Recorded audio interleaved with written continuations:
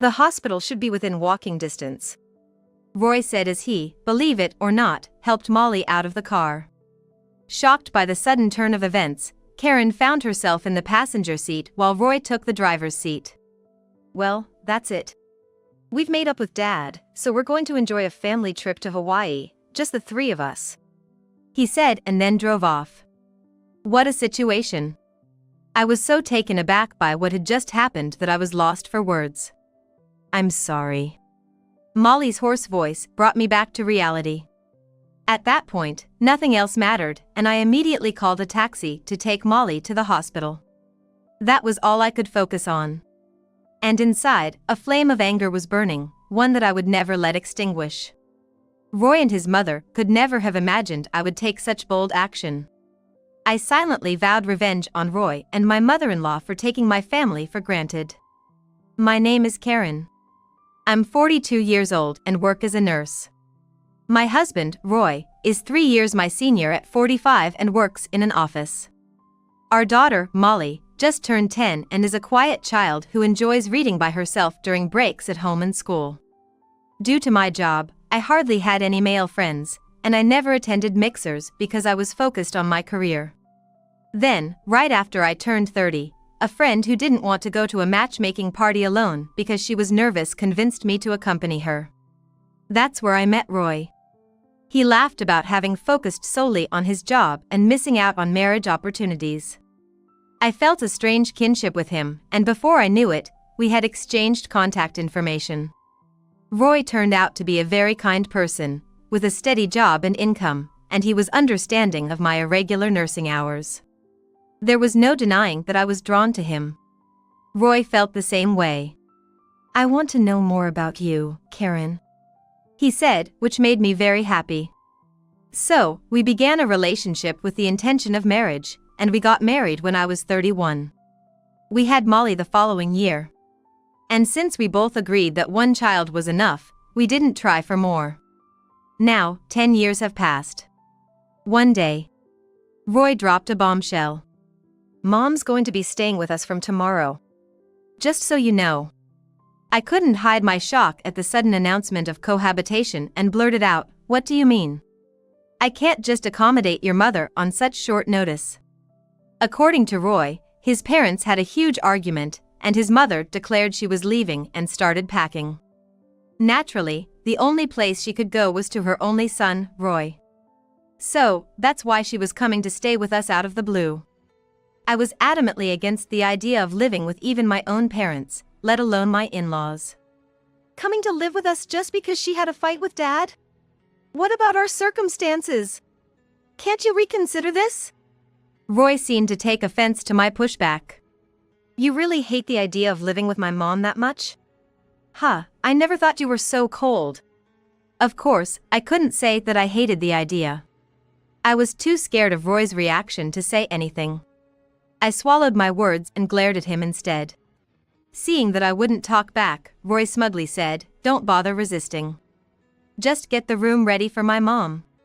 Firstly, we're renting, so adding another person requires permission from the landlord or management company. Which would be my responsibility since I get housing assistance through my job. Also, our apartment has 2 bedrooms, with one room for Molly and the other for us. There's no room to spare in our current setup, I said. But Roy, unfazed, suggested. Then move Molly to the living room for her studies. That way, we can make sure she's doing her homework, and it's a good solution. She's only in elementary school, she doesn't need her own room. So, Molly will be staying in the living room for a while. I felt dizzy at his appalling suggestion. How can you say something like that? Are you prioritizing your mother over your own daughter? Huh? I didn't say that exactly. But yeah, I owe my mom for raising me. So, that's that. Despite my protests, which I repeated several times, Roy didn't budge, and as soon as Molly returned, he told her, your room is going to be Grandma's from now on. So, start cleaning it out right now. I rushed to stop him, but Molly said it was okay and began moving her things to the living room. Watching her back, I felt a pain in my chest, and at the same time, my hatred for Roy seemed to swell. Lately, Roy hasn't been contributing to household chores or even putting in his share of the living expenses, and he's been coming home late at night. I had been putting up with it because Molly is only 10, but today's behavior seemed to be the last straw. The next day, as expected, my mother-in-law arrived in the evening and immediately started yelling. "What is this dump? You expect us to live here? Roy, are you out of your mind? This is insane." Our neighbor happened to come home at the same time and gave us curious looks, so I hurriedly apologized. I called the property management company, and they said it was fine not to go through any special procedures for a short-term stay. A report was enough. Honestly, I hoped my mother-in-law would return home as soon as possible, preferably within 2 weeks. But my hopes were dashed. First off, the huge suitcase my mother-in-law brought made it clear she planned to stay for at least a month, which disheartened me. She barged into the room without a care for me and looked around as if she was surveying the place. Then, she opened the fridge without permission and exclaimed, "What's this? The fridge is practically empty. Do you think my son and granddaughter can get proper nutrition from this? Really, Karen, you're hopeless." I had planned to go shopping today, but because my mother-in-law suddenly said she was coming, I had to clean up right after work and didn't have time to shop. In times like these, takeout should be the go-to. Lately, Roy has been saying he prefers takeout over my cooking, with all sorts of sarcastic comments and complaints, so I had given up. "Shall we order some takeout today?" I asked with a forced smile. But she snapped at me again. "What? I won't allow takeout. A mother and wife who doesn't cook is worthless. Now, go shopping right away and make sure you prepare a main dish, 5 side dishes, a soup, and dessert." With that, she threw the shopping bag and purse at me and slammed the door shut. Shortly after, I heard the TV blaring at high volume and her laughter from inside, making me sigh deeply for who knows how many times. An hour later, after shopping and returning home, I was shocked to see that Molly, who had come home while I was out, was doing her homework in the living room under the stern watch of my mother-in-law, who scolded her harshly for any mistakes with shouts of "That's wrong, and how can you not understand this? You're such a disappointment. Oh, who do you take after?" I stepped in quickly. "She just started learning this recently. Besides, even elementary students are taking English and programming classes these days. You can't judge by old standards." I defended Molly against my mother-in-law, but she wouldn't listen and said disdainfully, if only she had taken after her smart father, Roy. Seeing Molly's gloomy face, I quickly comforted her. "It's okay, Molly. Just go at your own pace," while giving my mother-in-law a sharp look. She didn't seem to care and started snacking voraciously out of spite. A week after my mother-in-law's arrival, my frustration was about to burst, and I confronted Roy. "I'm sorry, but I can't overlook this any longer. Do something about your mother. It's one thing for her to criticize me, but Molly is suffering too," Roy retorted with a displeased tone. "What? Why should I? You're getting help with the household chores, so don't act so high and mighty. It's Molly's fault for not being good at studying. She's the real victim here, taking after her not-so-smart mother." I snapped back for the first time, hurt as a mother to hear him talk about Molly like that. Normally, I would end the conversation to avoid hassle, but I couldn't bear it this time. And in front of Roy, my mother-in-law would act sweetly, saying, "It's fine, Karen, just sit down and have some coffee. I'll take care of the rest," she said, pretending to be about to do some housework.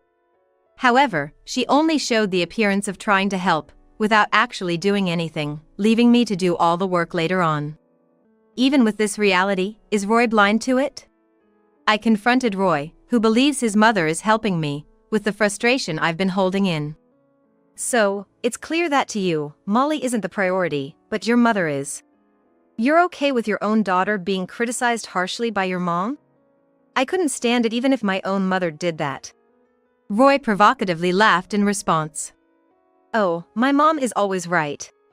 Well, unlike me, who has a college degree, you only graduated from a nursing school, so it's no wonder Molly can't do well in studies or sports. Poor thing. At that moment, I definitely felt something snap inside me. But thinking that losing my temper would be childish, I just laughed and said, "Okay, got it." A month later. Usually an early riser even on weekends, Molly didn't wake up and complained of feeling sluggish when I checked on her, wrapped in her blanket. Recalling the recent outbreak at school, I suspected the worst and took her temperature. Rushing to tell Roy, I found him inexplicably getting ready to leave. Frozen in shock, Roy nonchalantly said, "Oh right, I forgot to mention, I'm going to Hawaii with Mom and Dad." I hadn't heard anything about this trip before, but at that moment, I didn't care. Typically, Roy commutes by train, so we only have my car. Ignoring Roy, I tried to take Molly to the hospital, which is open even on weekends, but Roy and his mother appeared, luggage in tow, and made an unbelievable statement. "The hospital is within walking distance," Roy said, unbelievably taking Molly out of the car. As I was shocked by this sudden turn of events, his mother casually got into the passenger seat, and Roy took the driver's seat. "Well, that's that. We've made up with Dad, so we're off to enjoy a family trip to Hawaii, just the three of us." And with that, they drove off. Stunned by the suddenness, I was brought back to reality when Molly apologized in a hoarse voice. At that point, nothing else mattered, and I immediately called a taxi to take Molly to the hospital. That was all I could focus on. And inside, a flame of anger was burning, one that I would never let extinguish. Roy and his family could never have imagined I would take such bold action. In my mind, I cursed them for taking my family for granted, considering it their punishment. 2.5 hours later, my phone was vibrating persistently with calls from Roy. I didn't want to answer, but ignoring it wouldn't change anything. So, with a heavy sigh, I picked up the phone. Before I could speak, Roy screamed as if in agony. "Please, help!" It turned out he had caused a single vehicle accident on the way to the airport. My car is a manual transmission. Roy technically has a manual license, but he must have forgotten how to drive it during his train commutes. He couldn't admit his lack of confidence in driving a manual in front of his mother, but of course, our insurance covers both of us in case either of us drives. So, there was nothing illegal about Roy driving. However, since he took the car against my wishes, the accident was his own fault. As I pondered this, Roy added, "We're running out of time for our flight because of the accident. It's your car, so you deal with it. It's all because of this hard-to-drive car. It guzzles gas, and what's so good about this old clunker anyway?" He began to complain, but it sounded like the whining of a loser to me. Finally reaching a point of indifference, I replied with a smile. "So what? You knew my car was a manual, right? You forcefully took it and drove away. The responsibility for an accident lies not with the owner but with the driver. Oh, you hit a guardrail, didn't you? Then, you'll be paying for the car's repair and the guardrail damages out of your own pocket." With that, I hung up the phone. The phone continued to ring stubbornly, but we were at the hospital. Molly needed further tests, as it wasn't just the flu going around. I had no time to deal with such selfish people, so I ignored the calls, and then a message notification popped up. Wondering if they switched to messaging because I wasn't answering the phone, I checked my smartphone and frowned upon seeing the sender's names. I thought Roy's parents had joined his side, but while his mother sent desperate pleas for help, his father simply asked, "What happened?" Curious, I replied only to his father, and that's when a surprising truth came to light. Turns out, his father had no idea about any trip to Hawaii and was enjoying his day with his gateball friends. Then he got a call from his wife about the accident, asking to be picked up, but with her just saying "just come," he thought it was just a prank for attention, until Roy also reached out for help. Thinking that I and his granddaughter Molly were involved, he was worried and sent a message. "Why didn't you reply to the two of them, but only to me?" When I called his father to ask this, his unexpected response came back. "It's just a hunch. After all, we are currently separated, so just the thought of dealing with her based on recent events made me not want to engage. Did my wife cause any trouble?" He didn't even know his wife was staying with us, thinking she might have just dragged us into her mess. I took a deep breath and slowly explained the situation. Your wife is currently staying with us.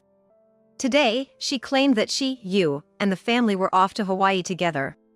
After I shared the ordeal she and Roy had put me and Molly through just before leaving. There was a long silence before he finally spoke.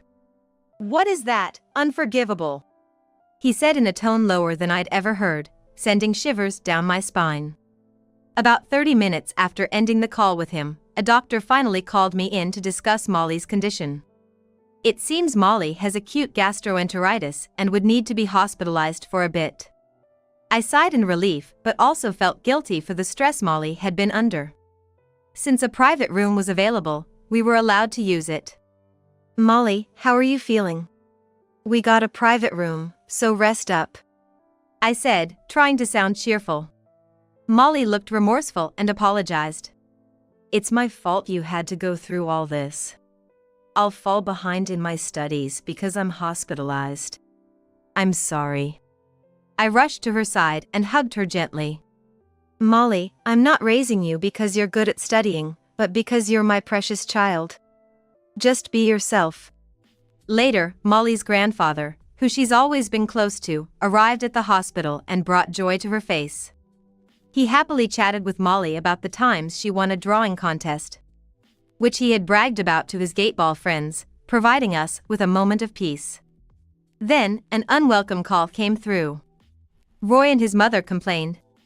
Because you didn't help us, we missed our flight. Now the trip is ruined, and we've lost the full amount for 3 people's travel expenses. You need to reimburse us. His mother joined in, shouting about missing a chance to reconcile with Dad. I was outside the hospital, and their loud voices were as if on speaker. Then, my father-in-law, who had followed me, said nonchalantly, Well, I wasn't invited to any Hawaii trip. Seems there's an extra person involved, but who could that be? Not Molly, not Karen, and certainly not me. Who, indeed? Neither Roy nor his mother expected him to be there. Starting to panic. Why is Dad at Karen's place?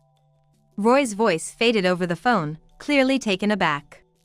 I pointed out their lies and the fact that my father-in-law had seen through them, prompting them to contact me instead. His mother started to make excuses. Well, inviting Dad was a lie. This trip was supposed to be just the 2 of us. So stop prying. It was as if she was begging to be doubted. To her obvious lie, I couldn't help but respond with suppressed laughter.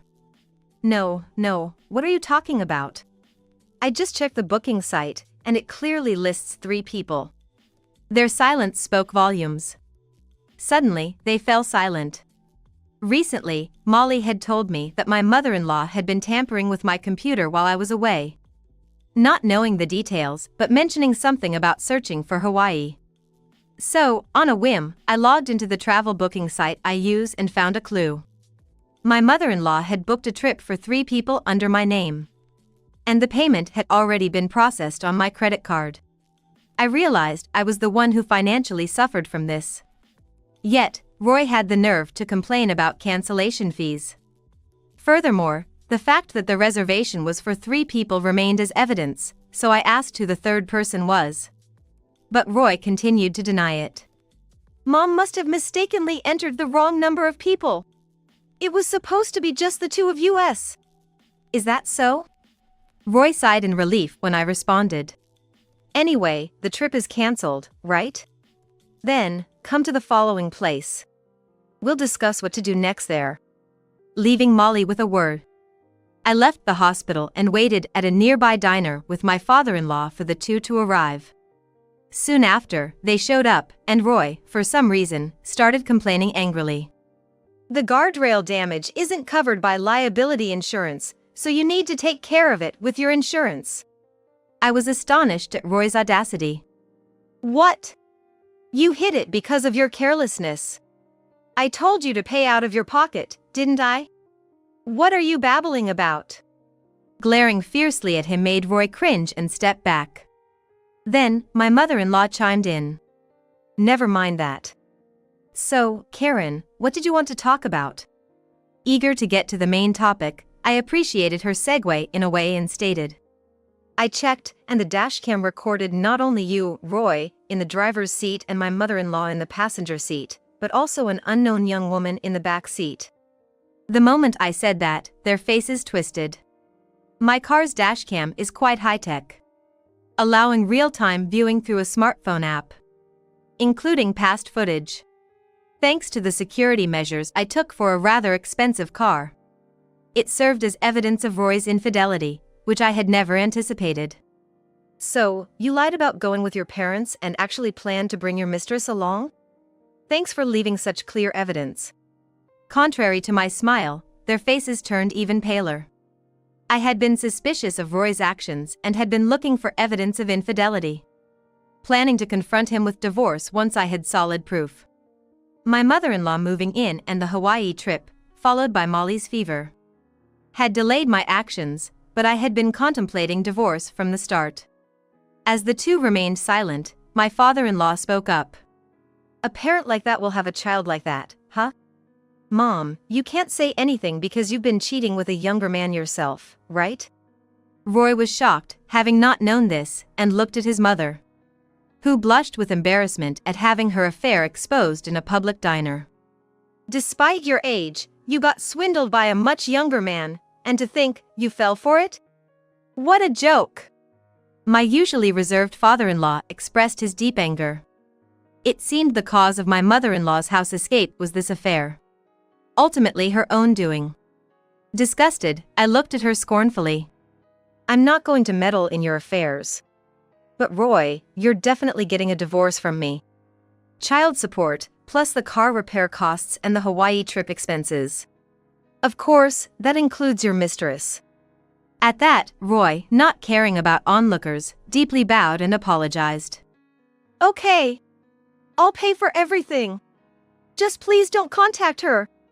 He revealed that his mistress was the daughter of an important client at his company, and she was unaware of his marital status. My mother-in-law had taken a liking to her because of her wealth, suggesting a trip together without any guilt. The pure mistress had taken it seriously, and Roy, flattered by her praise while driving the old manual car, crashed into a guardrail due to his negligence. My father-in-law and I exchanged looks and chuckled at the ridiculous cause of the accident.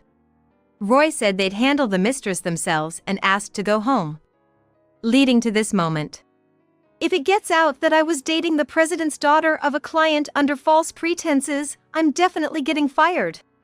Please, I'll do everything you say. So don't tell her.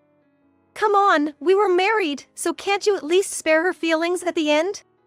I've been a good husband who supported you, so I think I deserve that much. I smirked at Roy's plea and responded. All right.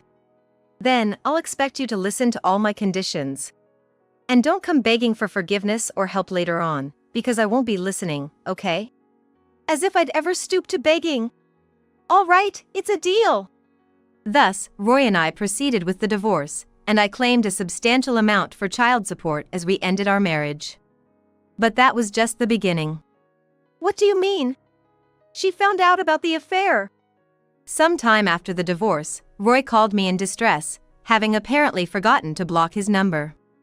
As he ranted on. This is a disaster. The client's president wants to apologize to you and is furious at me. Since you broke the promise of not telling her, you need to give back the money right now. While listening to him, I wondered how I ever married such a person. Then, I decided to reveal a truth Roy hadn't anticipated. You know I'm a car enthusiast, right? And that client's president, he runs an auto parts manufacturing company, doesn't he? Actually, I've always been a customer there. The car you crashed was repaired by them. And just by chance, his daughter, your mistress, saw the car and screamed, revealing everything. See? I didn't break any promise. Realizing the situation, Roy groaned. The woman, working hard as an apprentice mechanic at her father's company, was naturally shocked to see her boyfriend's car, brought in by another woman for repairs. I simply told him the truth. My ex-husband crashed into a guardrail and caused a solo accident. Since the car was under my name, I brought it in for repairs. The mistress explained the situation to her father, and from there, the story reached Roy's company. Having an affair with your own daughter, what kind of upbringing is that? Her father was livid. So, I'm going to lose everything? Kicked out of the house, no money, disowned by my father, and only my handsome mother left. And now I'm losing my job too. But it was all his own doing. If you had lived decently, none of this would have happened. It's your own fault. Take care, and don't contact me ever again. I firmly cut off the call, making sure to block him this time. Later, when my car was repaired, I reluctantly learned about Roy's aftermath. He was indeed fired. Not only for the scandal, but also for embezzling company funds. Offered a demotion instead of returning the stolen money, Roy, already burdened with debt from payments to me, had no such option. Thus, he left the company unceremoniously. His mother remained dependent on him. At their age, working wasn't feasible, and without money, they had no choice but to live together in a small, cheap apartment. Despite the divorce, my in-laws settled without property division, leading to a life of poverty. Roy, usually bred, couldn't resist ordering expensive dishes, leading to a major argument and police involvement. His mother ended up working part-time. It was a sorry state, but given her actions, no one sympathized. Meanwhile, life for Molly and me continued as usual. I had always been the main provider, and we remained in our home, with little change in our lifestyle. Ironically, Molly's grades improved, especially in art, expressing a desire to pursue a creative path. As a parent, I supported her choices, even if they led down a difficult path. Look, I got first place in the contest again. Amazing! You truly have a talent for art. Molly visited her grandfather in the facility, maintaining a connection despite the divorce. Grateful to my former father-in-law, who believed in me, I wished him a long life. From now on, it's just Molly and me, continuing our days as usual, free from the past's burdens.